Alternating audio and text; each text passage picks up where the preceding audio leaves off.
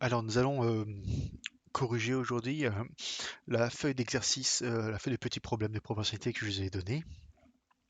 Ce sont des exercices qui concernent la proportionnalité, mais pas que, il y a un intrus, on verra ça. Et ouais, en fait, c'est des problèmes assez classiques qui tournent à la proportionnalité dans le cadre général, qui touchent aussi au pourcentage et aux grandeurs composées.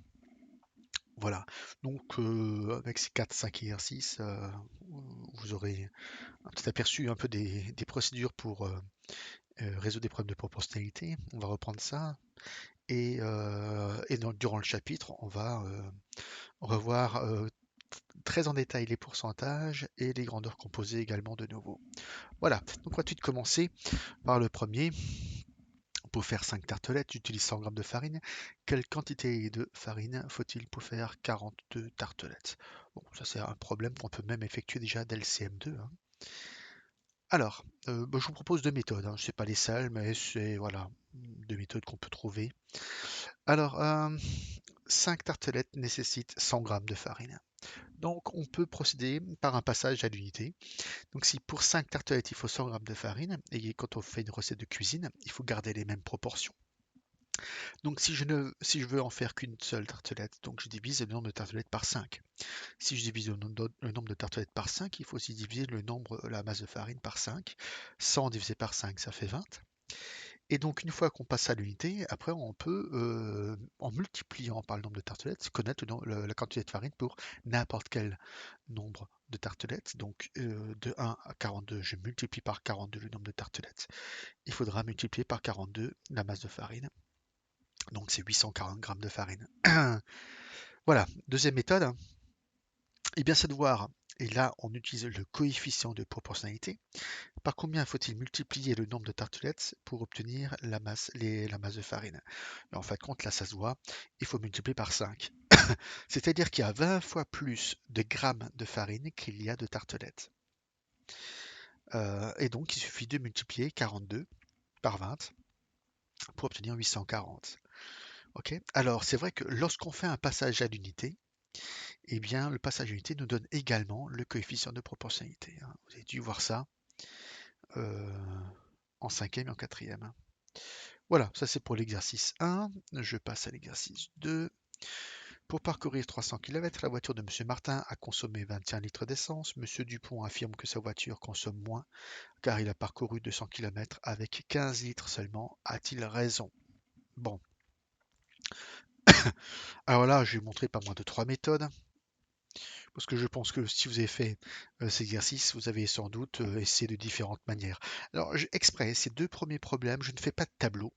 Je fais uniquement des raisonnements. Alors effectivement, tous ces raisonnements, on pourrait les faire sous forme de tableau. C'est ce que je ferai plus tard. Mais pour l'instant, vraiment, je vous montre que avant tout, les problèmes de proportionnalité doivent se comprendre. Il y a une logique derrière. Alors, les raisonnements pour résoudre ces problèmes sont des raisonnements logiques. Et après, on verra les techniques. Donc, Monsieur Martin, sa voiture, pour 300 km, sa voiture consomme 25 litres. Monsieur Dupont, pour 200 km, sa voiture consomme 15 litres. Il faut pouvoir comparer. À quoi j'ai pensé en mettant ça? C'est que si les deux voitures n'ont pas parcouru la même distance, on peut difficilement comparer la consommation. De même, ce qu'on aurait pu avoir, c'est la même consommation. C'est-à-dire que voilà, si les deux avaient consommé 15 litres, la voiture qui parcourt le plus grand nombre de kilomètres, c'est celle qui consomme le moins. Euh, Inversement, ici, si on avait le même nombre de kilomètres, si on a le même nombre de kilomètres, la voiture qui consomme le moins, bah, c'est celle qui consomme le moins. Si on avait eu 300 et 300 kilomètres là, mais 25 et 15 litres, bah, là, la réponse aurait été claire. Le problème ici, dans cette situation, c'est qu'on n'a pas le même nombre de kilomètres et on n'a pas le même nombre de litres, et donc pour comparer, c'est difficile. Donc pour pouvoir comparer, il faut en fait s'arranger pour avoir soit le même nombre de kilomètres, soit le même nombre de litres. Donc, c'est ce que je fais un tout petit peu ici. 300 km, 21 litres, 200 km, 15 litres. Je vais faire en sorte d'avoir le même nombre de kilomètres et comme ça, je pourrai comparer la consommation. Alors, là, si on regarde un petit peu les nombres, on voit qu'il y a des nombres qui sont multipliés par 5, qu'on peut diviser par 5, qu'on peut diviser par 3, donc on peut essayer de s'arranger pour voir comment est-ce que l'on peut faire. Par exemple, ici, la voiture de Martin, elle fait 300 km avec 21 litres. Donc, si on fait 3 fois moins de kilomètres, 300 à 100, j'ai divisé par 3. Elle va consommer normalement en moyenne 3 fois moins. Donc, 21 litres divisé par 3, ça fait 7 litres. Et ensuite, si on multiplie par 2, de 100, je passe à 200, je fais fois 2, eh bien, elle va consommer 14 litres. Qu'est-ce que j'obtiens? Maintenant, je peux comparer la consommation de Martin et de Dupont, puisque Martin fait 200 km avec 14 litres et Dupont fait 200 km avec 15 litres. Donc, il faut 1 litre de plus à la voiture de Dupont pour faire 200 km. La voiture de Monsieur Dupont consomme donc plus. Euh, et comme Monsieur Dupont affirme que sa voiture consomme moins, donc il a tort, hein. Ici, donc on voit que Monsieur Dupont a tort. Sa voiture consomme plus.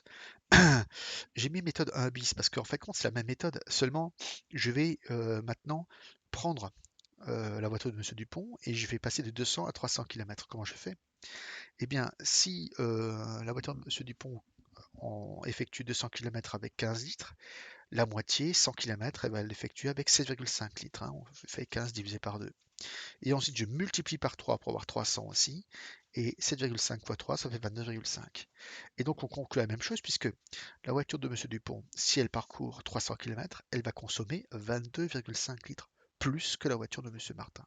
Donc, la voiture de Monsieur Dupont consomme bien plus. Alors, une méthode encore, une troisième méthode, mais là maintenant, on ne va pas avoir une distance égale, on va avoir une consommation égale. Donc, c'est pour ça qu'ici j'ai fait l'inverse. Avec 21 litres, je fais 300 km. Avec 15 litres, je fais 200 km. Ça, c'est pour les deux voitures. Donc, je vais garder, je ne vais pas bouger, je ne vais pas changer les 21 litres pour Monsieur Martin.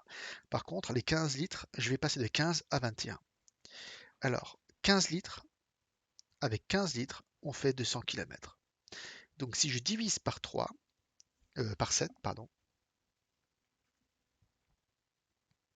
par 5, je fais une petite erreur, j'ai divisé par 5, 15 divisé par 5, ça fait 3. Eh bien, 200 divisé par 5, ça fait 40. 200 divisé par 5, ça fait 40. Je vous rappelle, pour diviser par 5, on divise par 10, on multiplie par 2. Donc divisé par 10, ça fait 20, fois 2, 40.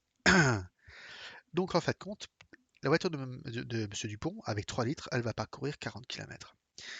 Et en fait, compte, pour passer de 3 à 21, il suffit de multiplier par 7. Et donc, je vais aussi multiplier par 7. Et donc, 3 fois 7, 21. 4 fois 7, 28. Donc, 40 fois 7, 280. La voiture de M. Dupont, lorsqu'elle aura consommé 21 litres, avec 21 litres, elle va pouvoir faire 280 km. C'est moins que la voiture de M. Martin. Et donc, si avec la même quantité d'essence, on parcourt moins de kilomètres, c'est que la voiture consomme plus. Et donc, on arrive aux mêmes conclusions, hein, avec toutes ces méthodes, c'est que la voiture de M. Dupont consomme plus que celle de M. Martin, et donc son affirmation est fausse. Voilà pour l'exercice 2.